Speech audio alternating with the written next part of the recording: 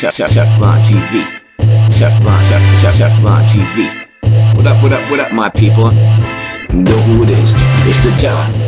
Tony Teflon. House Teflon. We pull the string. It's the Don.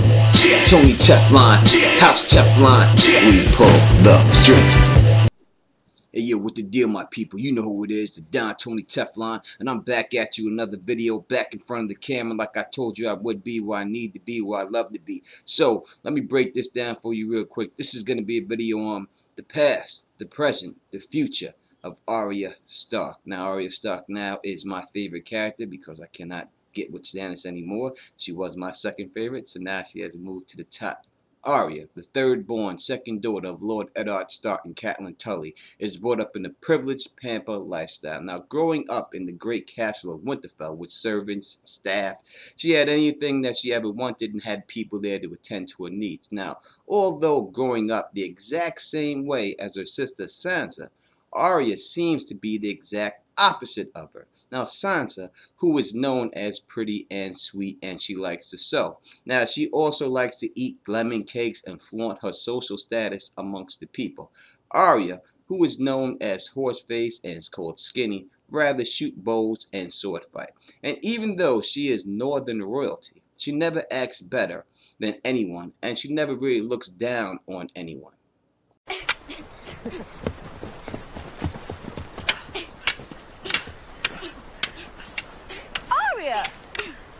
Ow!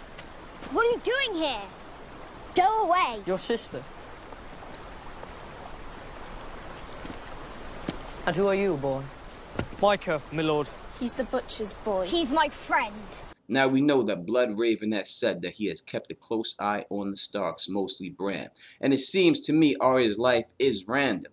But if you really take a look at it, it may not be as random as it seems. Now, she says herself that the old guards of the north must have been guiding me. Now, case in point, she is giving a sword which she names Needle from her brother Jon Snow. Now, although Needle was made by a northern blacksmith named Mickam, it is a Braavos style blade. And it just so happens that at King's Landing, her father finds a Braavos water dancer who is willing to train a girl. Now, many people think Needle is a link between her and her brother Jon Snow, and why wouldn't you think that? Throughout the books, we see Arya thinking about Jon while she's holding Needle. We see Jon thinking about Arya. Now, to me, I don't think that that link is between Jon and Arya. Now, I know that George R. R. Martin had once planned to have Jon and Arya hook up.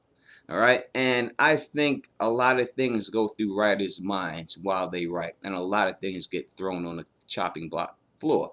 And I'm happy that this one did get thrown on the chopping block floor, as I think that you are happy too. So I think there are remnants of things in the books that point to Jon, but I don't think her true link in the books is to Jon.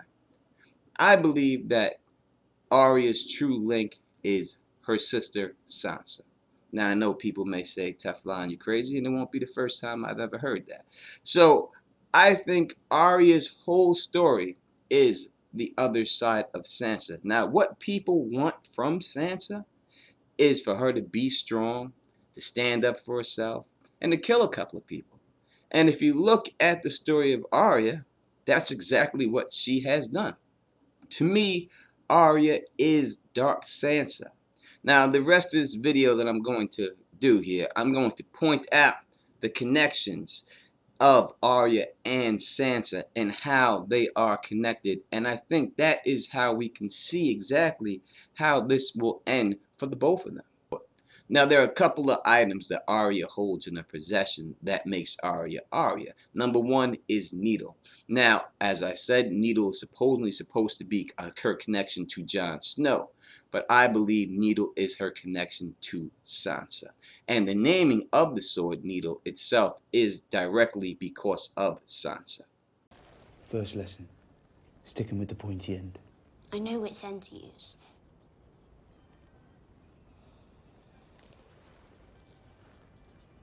I'm going to miss you. Careful.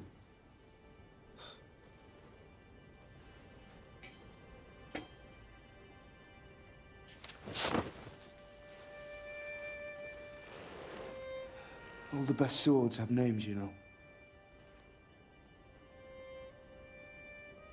Sansa can keep her sewing needles. I've got a needle of my own. She has Needle. On the King's Road, she trains with the Butcher's Boy. Now, which Sansa and Joffrey just happen to run up on. And in the end, the Butcher Boy gets killed by the Hound, and Sansa's direwolf lady gets killed by Ned Stark. Sansa loses her ability to walk. I think that this made Arya's walking ability even more powerful. As we see later on, she's able to walk Nymeria from a continent away. Now, at King's Landing, we'll go through it quick. Syra Farrell is killed, maybe, and then her dad is killed. Now, during that time, a little bit before that, she does happen to hear a conversation between Varys and Lyria, which I think is important. The fact that she is the one that heard that conversation. Now, both Arya and Sansa are present for the death of Ned Stark. Now, he puts himself in this position for them. And this is what really puts them on the same page. Because after this event happens, Sansa's love that she had for the Lannister and Arya's guilt both turn to pure hatred for the Lannisters, the Hound, and anyone else who has harmed the Starks in the past. Now, this leads to one of Arya's many identities, or should I say one of Arya's many faces, Arya. Now, this time she befriends Happi, Lumley, and Gentry, who are all on their way to the wall. Now, it seems that she might make it back to the north until they are attacked. Now, everybody is killed, and if they aren't killed, they are captured. Now, during this time, she sets free a man named Jaqen Hagar, who eventually is revealed to be a faceless man. She also gets Needle taken away from her at this time.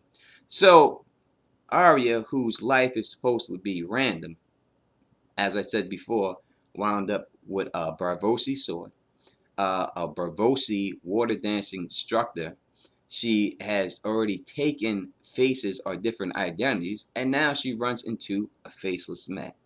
So we know Arya has many names, and some names that she's using now, and some come later on. And she's, known as Horseface. She goes by Arya. She goes by Underfoot. She's get called the Wolf Bitch, Weasel, the Ghost of Harrenhal, Cat of the Canals. And now she has befriended a faceless man. So Sir Armory then takes all the captives to Harrenhal. Now each day one of the prisoners is chosen by Sir Gregor Clegane and tortured by the Tickler. Now Arya begins a nightly recantation of the names of her enemies at this time after seeing all this bad stuff that's going on there. Now Arya, unlike Sansa, learns to adapt to a situation and is willing to change her attitude and do anything she must to survive. Now this time she takes the name Weasel, and then she takes the name Nan, which is short for Nymeria, while she's at Harrenhal. She also finds power when she thought she had none through Jaqen Hagar. And Jaqen Hagar claims to kill people for religious reasons. Now, at this particular time, she convinces him, well, basically she tricks him, and he helps them escape. And for that, he gives her a coin and some words, and the words are Valar Morghulis, which means all men must die. Now, while Arya and her peoples are making their way north, Arya enters Nymeria during a dream and sees Nymeria kill members of the brave companions that were sent after him. Not long afterwards, she and her peoples get caught up with the Brotherhood without banners, are taken to an inn, and the inn is the Kneeling Man. That's where she meets one of her father's former guards, Harwin, who recognizes her as Arya Stark. Arya travels with the group to their hideout. Now, at the hideout, she runs into the recently captured Sandor Clegane, who was standing trial. Now, she accuses him at this time of murdering Micah, and Arya, I think this backfires on her at this particular time, because I think that she thought that he would just be executed kind of like a father. Rather, this earns him a trial by combat, which he survives, and then he is set free. Now, Arya is mad, and she's feeling alone at this particular time because Happi and Gendry all go their separate ways. So Arya attempts to flee, and when she does, she gets bagged up by Sandor Clegane, who was trailing the group. Now, Sandor takes her to the twins, where he plans to return her to her brother Robb and win a place in his service. Now, when they reach the twins just as the slaughter of the Red Wedding is happening, Arya tries to get in, but the Hound hits her with the back of his flat axe and knocks her out. This basically prevents Arya from being killed. Certainly she would have died if she would have made it up in there.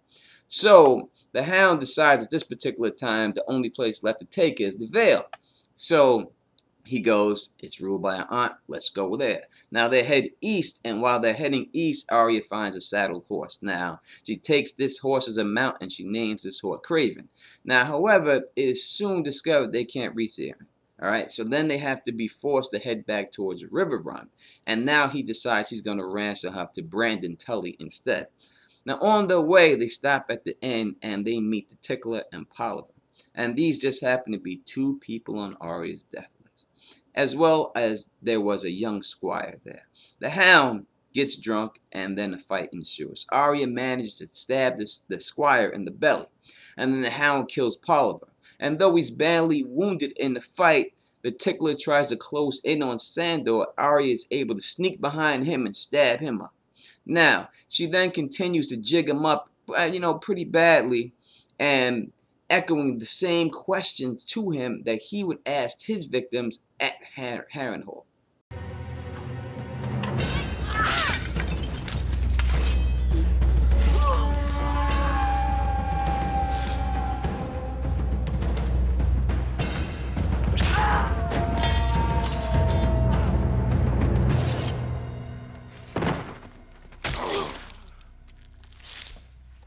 Something wrong with your leg, boy?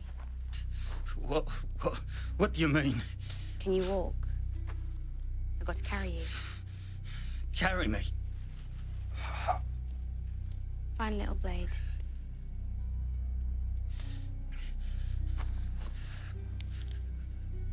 Maybe I'll pick my teeth with it.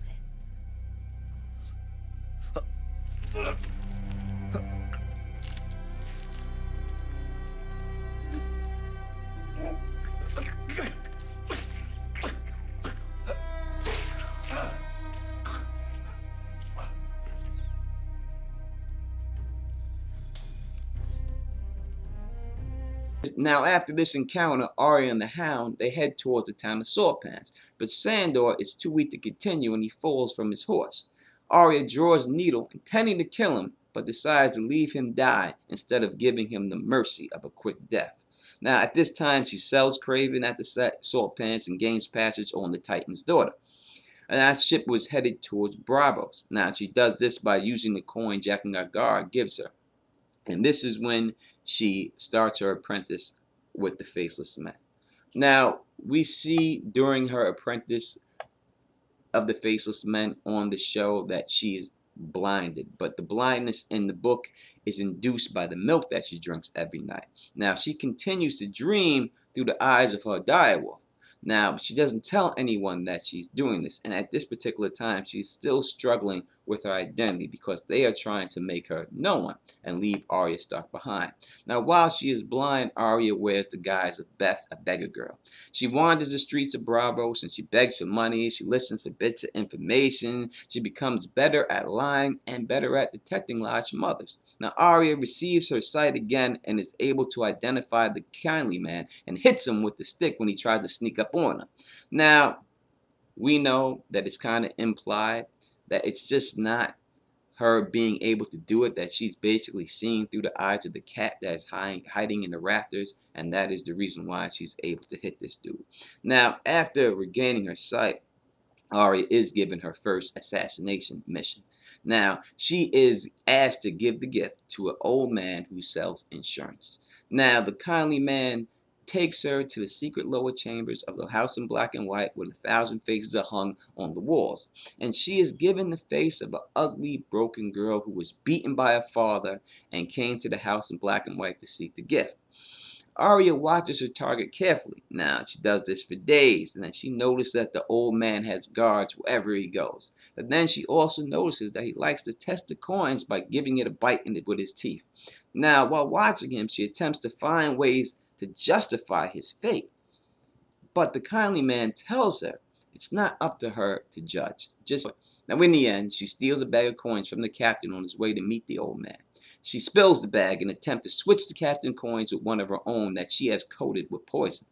Now, after the switch, she escapes. Later, the old man's heart just mysteriously gives out. Now, the kindly man then gives Arya Aptis an acolyte's robe and assigns her for a first apprenticeship with Isambara. Now, because of the Mercy chapter that was released from the Winds of Winter, we know what goes on there. We know that Arya does go into the skies and she plays the role of Mercy. She does it very well, and she winds up killing Wrath the Sweetling. And that's basically where we're at with Arya. So, it's time to get to Arya's future. So I know many people think that Arya will meet with a cruel end, and most likely she will die. And from the way it's set up, it seems like that. And I've also heard some people say that she will be born again, and that she will live in Nymeria. And who am I to tell you that that's not going to happen? There's a good possibility that that could happen, and it would be a fitting way for the story to end. But I think when you look at Arya's story, I think you have to see that she believes that death and killing and revenge is the way to solve her problems.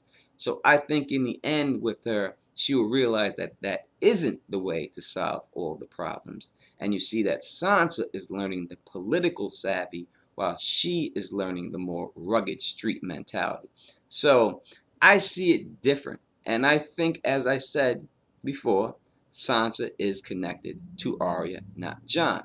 I think that the Vlad Sixskins chapter was there to point out things that will happen to Jon, not Arya. I know it could be taken as Arya and it could apply to both, but I believe that it was there for Jon, not Arya. Now, as I said before, Arya, just like Sansa, are both connected to the old gods. And the old gods, as we know, is Bran Stark at this particular time. He is the one sitting on the throne. Another connection for Arya and Sansa is the Hound, and Arya can't bring herself to kill the Hound. Now, see, it's funny to me that some people view Arya as this heartless monster, but to me, she really isn't. I mean, the same exact thing happened to the Hound happens to Khal Drogo, and you see how Dany dealt with it. Dany is actually told that there's a chance that he might come back and given a prophecy, and this prophecy seems like a long shot. But even with the long shot, she kills him. Arya doesn't believe that there's any chance of the Hound surviving, yet she still does not kill him. So she's not as cruel as people think. She also tries to make reason why she should kill the insurance man. So she is not this heartless person, because if she was, she wouldn't be raising these questions. She would just be going out there and slaughtering people. I think one word that can describe Arya's story and Sansa is identity. And I think that they both deal with identity issues, and they both have to take other identities to survive. And I think in the end, they both must become who they are. Arya Stark, Sansa Stark, the Queens of Winter, to end this story. Now, Arya is also compared, and mostly compared, to Lyanna Stark, her aunt. But I think that since Arya and Sansa are two sides of one coin, I think it's right to compare them both to Lyanna Stark. What we know about Lyanna Stark is Lyanna was a wild fighting Stark who was betrothed to a man she later did not want to be with, but she was still willing to do her duty. Then she fell in love with another and died giving birth to his child. I think the end could be the same for both of them. Now, Arya, from the beginning, she claims that she does not want a family. Now that Bran's awake, will he come live with us? Well, he needs to get his strength back first. He wanted to be Knight of the King's Guard. He can't be one now, can he? No. But someday, he could be Lord of a Holdfast. He'll sit on the King's Council. Or he might raise castles, like Brandon the Builder. Can I be Lord of a Holdfast? You will marry a High Lord and rule this castle. And your sons shall be knights and princes and lords. No. That's not me.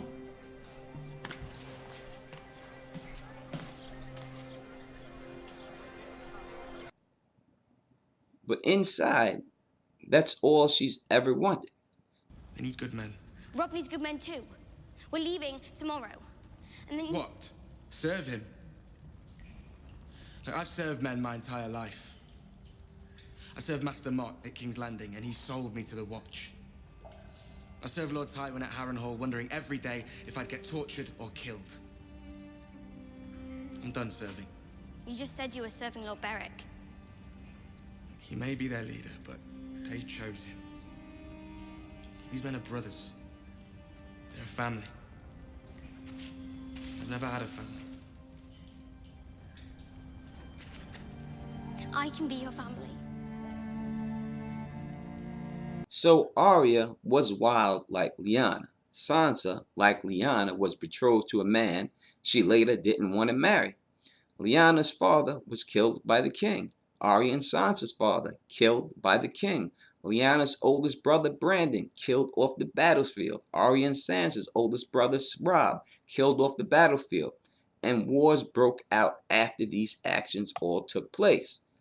So we must also look, if we're going to see how Arya's thing is going to end, at the Ghost of High Heart. Now, the Ghost of High Heart to me is a Children of the Forest or some type of half-breed, and we know that the Ghost of High Heart can see the future through the weirwood trees because of this. All right. Now, as I said earlier, Arya said that she's being guided by the old gods. If this is a Children of the Forest, it is possible that this person, the Ghost of High Heart, could have some type of connection to Bloodraven or the other people. Now, the important things you must see about this is that she compares an event to Arya when she sees her to the tragedy of Summerhall.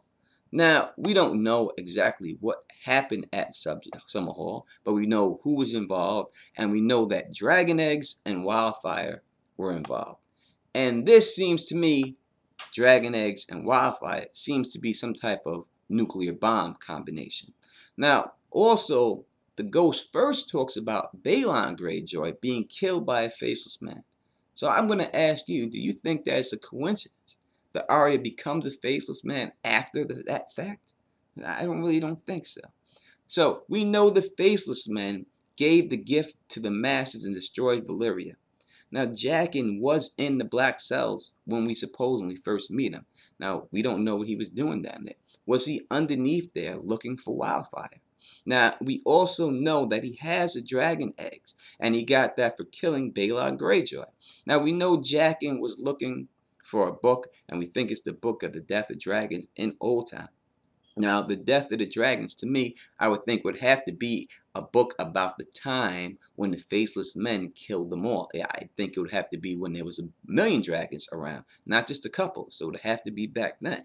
Now, maybe they don't remember exactly how they did it. You know, this happens all the time. We don't know how the pyramids were built in Egypt. Maybe they know that it was done. They know what they need to execute to do it, but they don't know how to exactly execute it.